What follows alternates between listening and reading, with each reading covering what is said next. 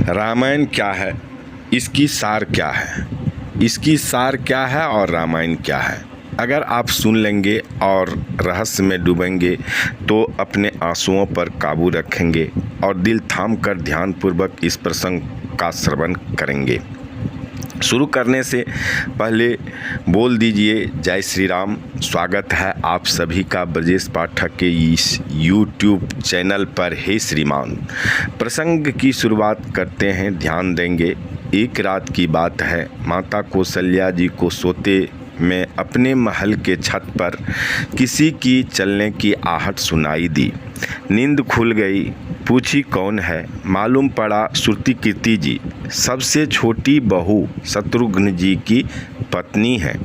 माता कौशल्या जी ने उन्हें नीचे बुलाई। श्रुतिकीर्ति जी आई, चरणों में प्रणाम कर खड़ी रह गई। माता कौशल्या जी ने पूछी, श्रुति इतनी रात को अकेली छत पर क्या कर रही थी बेटी? क्या नींद नहीं आ रही है? शत्रुघ्न कहाँ है? श्रुतिकीर्ति की आंखें भर आई। माँ की छाती से चिपटी गोद में सिमट गई और बोली, माँ उन्हें तो देखे हुए 13 वर्ष हो गए। उफ! कौशल्या जी का हृदय कांप कर छटपटा गया। तुरंत आवाज़ लगाई। सेवक दौड़े आए। आधी रात ही पालकी तैयार हुई। आज शत्रुघ्न जी की खोज होगी। माँ चली। आपको मालूम है कि शत्रुघ्न जी कहाँ मिलेंगे? अयोध्या जी के जिस दरवाजे के बाहर भरत जी नंदीग्राम में तपसी बनकर रहते थे, उसी दरवाजे के भीतर एक पत्थर की शिला है। उसी शिला पर अपनी बाँह का तकिया बनाकर लेटे मिले। माँ कौशल्या सिरहाने बैठ गई और बालों में हाथ घुसाकर हाथ फिराया तो शत्रुघ्न जी ने आंखें खोली और बोला, माँ उठे और चरणों में गिर पड़े।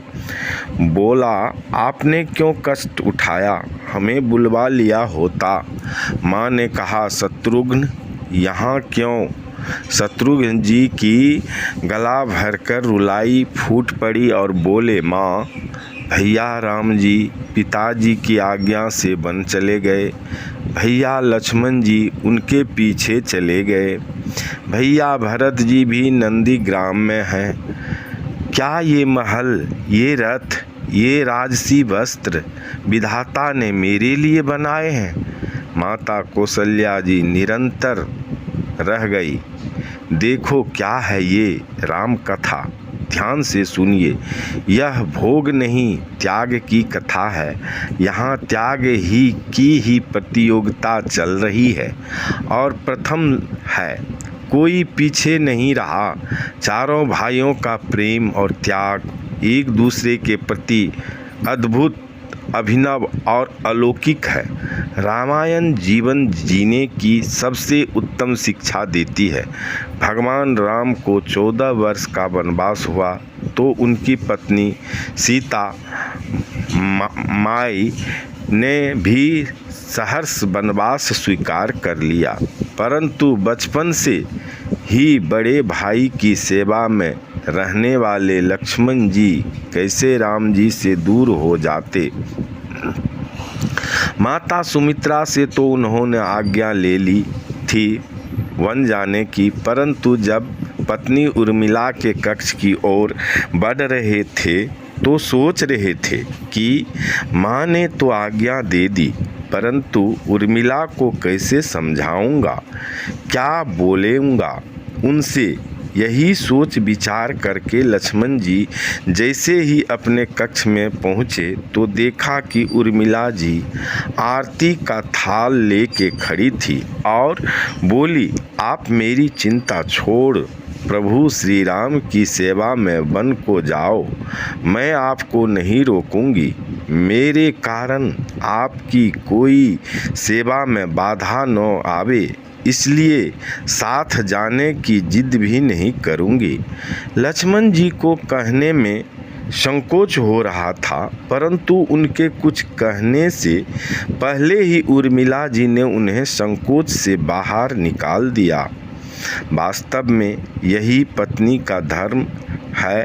पति संकोच में पड़े उससे पहले ही पत्नी उसके मन की बात जानकर उसे संकोच से बाहर कर दे। लक्ष्मण जी चले गए, परंतु 14 वर्ष तक उर्मिला ने एक तपस्वी की भांति कठोर तप किया। वन में प्रभु श्री राम, माता सीता की सेवा में लक्ष्मण जी कभी सोए नहीं, परंतु उर्मिला ने भी अपने महलों के द्वार कभी बंद नहीं किए और सारी रात जाग जाग कर उस दीपक की लौ को बुझने नहीं दिया।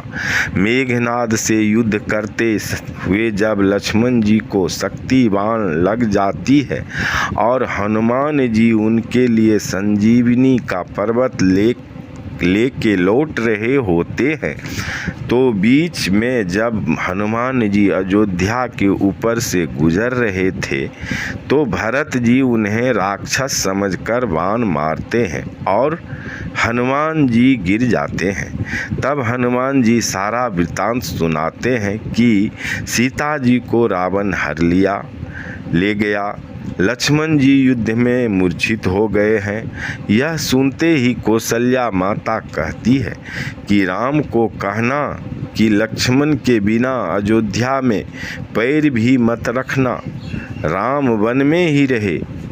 माता सुमित्रा कहती है कि राम को कहना कि लक्ष्मण ही उनका भाई है, अभी शत्रुघ्न तो बाकी है, मैं उसे भेज दूंगी।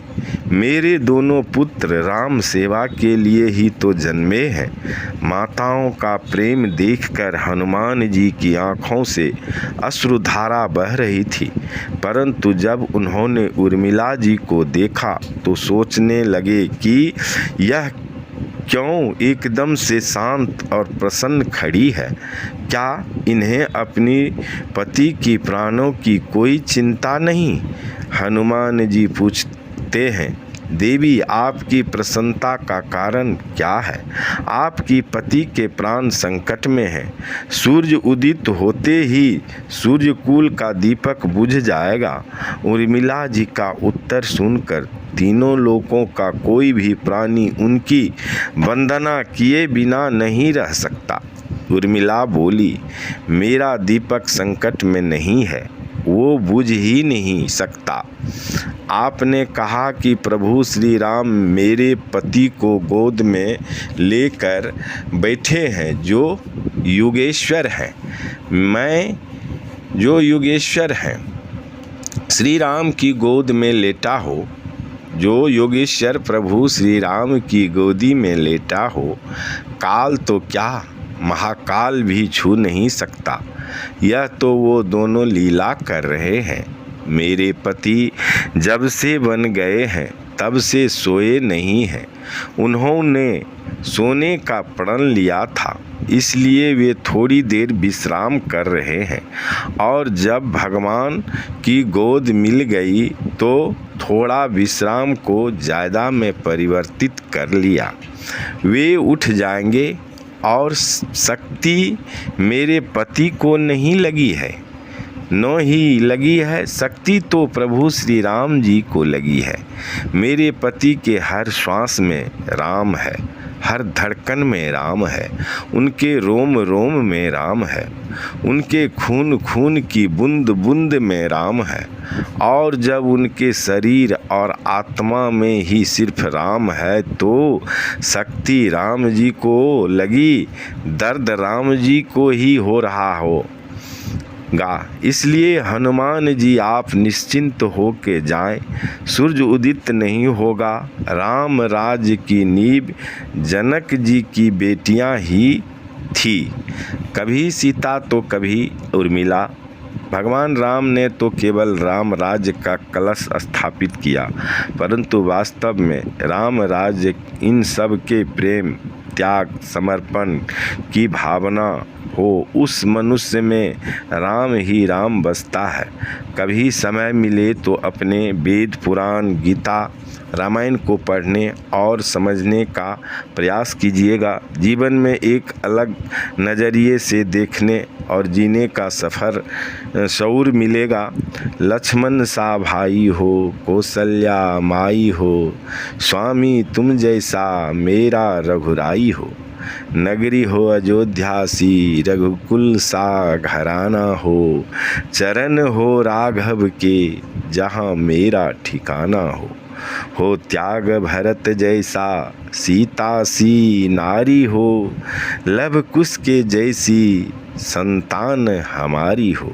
श्रद्धा हो सरवन जैसी सबरी सी भक्ति हो, हनुमान के जैसी निष्ठा और शक्ति हो। ये रामायण है, पुण्य कथा है रघुवीर की। अच्छी लगी है तो लाइक सब्सक्राइब कर लीजिए जी। अपने अपने हाथों से जय श्री राम लिख दीजिए जी। तो सभी श्रोतागणों को मेरा प्रणाम। अंत में जय श्री राम। प्रभु करेंगे सबका कल्याण। जय श्री राम।